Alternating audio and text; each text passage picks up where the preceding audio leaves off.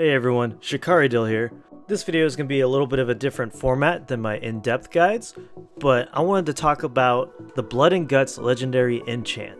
I just want to make a video discussing the different synergies, the talents, and spells that you could use together to get the Blood and Guts build going.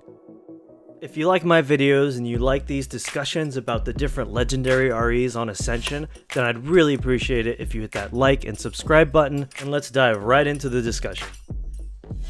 So what exactly is Blood and Guts? Well, Blood and Guts turns your Eviscerate into Disembowel. It is a combo point finisher that turns your Eviscerate into a 6-second bleed dot. This scales with talents and modifiers to a normal Eviscerate damage and can critically strike. Your Mutilate will now deal bonus damage against targets who are disemboweled, and using Execute will consume the bleed to deal bonus damage and trigger the Remorseless Attacks talent. The disembowel version of Eviscerate can only be used while using daggers, so naturally you'll want to use leather gear with Agi on it. The first question I had when I saw this enchant was, why would you want to take the big burst of damage from your Eviscerate and turn it into a 6-second dot instead? Well, unsurprisingly, there are a lot of enchants and talents that increase the damage our bleeds do. For example, Trauma, a talent that can be found under the Arms Warrior tree, makes it so your melee crit strikes will increase the effectiveness of your bleed effects on the target by 30% for 1 minute. That in itself is a 30% buff to our disembowel. And if you have Storm Strike, using the enchant Blood Rain will increase all the damage dealt by your bleeds on the target by 15%.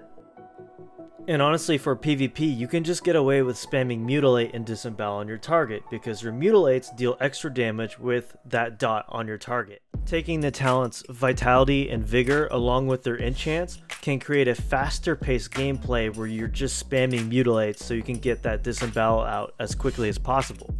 But for the PvE side of things, since I wanted to do a little bit more with my rotation besides Mutilate spam, I also included abilities like Garrote and Rupture, along with talents that buff them. The very important talent Serrated Blades not only increases the damage of your Rupture by 30%, but also gives your melee ability a chance to use Garrote outside of stealth. This is really important for keeping Garrote up at all times, because basically my rotation for PvE is to keep Rupture and Garrote up on the target at all times while using Mutilate to quickly generate combo points to use Disembowel on the target. Now that's all for single target DPS, so what about AoE? Well, AoE was a little bit tricky with this build, but I found that Blade Flurry was the best way to do it. On top of its active effect of just increasing your attack speed and hitting an additional target, I took the enchant Blade Vortex. What it does is when you get a full combo point finisher off with Blade Flurry up, you'll create this cool looking vortex that deals AoE damage to all targets inside of it. Additionally, Blade Flurry's cooldown will get reduced whenever you auto attack by 2 seconds. So since we're using daggers, we auto pretty quickly and can expect the cooldown to be reduced by quite a bit. This, in conjunction with the enchants Hasty Blade Flurry and Lengthy Blade Flurry, can give you an almost 100% uptime on your Blade Flurry even for single target situations. And if you have Rend like I do, using the epic enchant Bloodbath will also help with getting your Rupture out very quickly on multiple targets in AoE situations. And then there's the execution portion of the enchant, where if you execute your targets with Disembowel, it'll trigger a sudden burst of damage. Though I never really did this much, as I focused more on the bleed aspect, though I could definitely see there being a synergy with the Arms Warrior talent Sudden Death, basically allowing you to execute targets regardless of their health, thus allowing you to take advantage of the Disembowel effect. So that about covers basically everything for the build that I set up for this legendary enchant.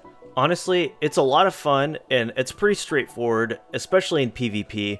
It does pretty well in single target DPS situations, but I'd say it lacks in AoE, so you're really going to have to find the setup that works for you to get your AoE rotation down. So it's for these reasons that my final verdict for Blood and Guts is a solid 3.5 out of 5 marks of Ascension. But that's of course just my opinion on this legendary enchant. Let me know what you guys think in the comment section below. Am I correct? Am I wrong? Let me know. And as always, if you enjoyed this video, if you like my content, then feel free to hit that sub and like button, and I'll see you all in the next video.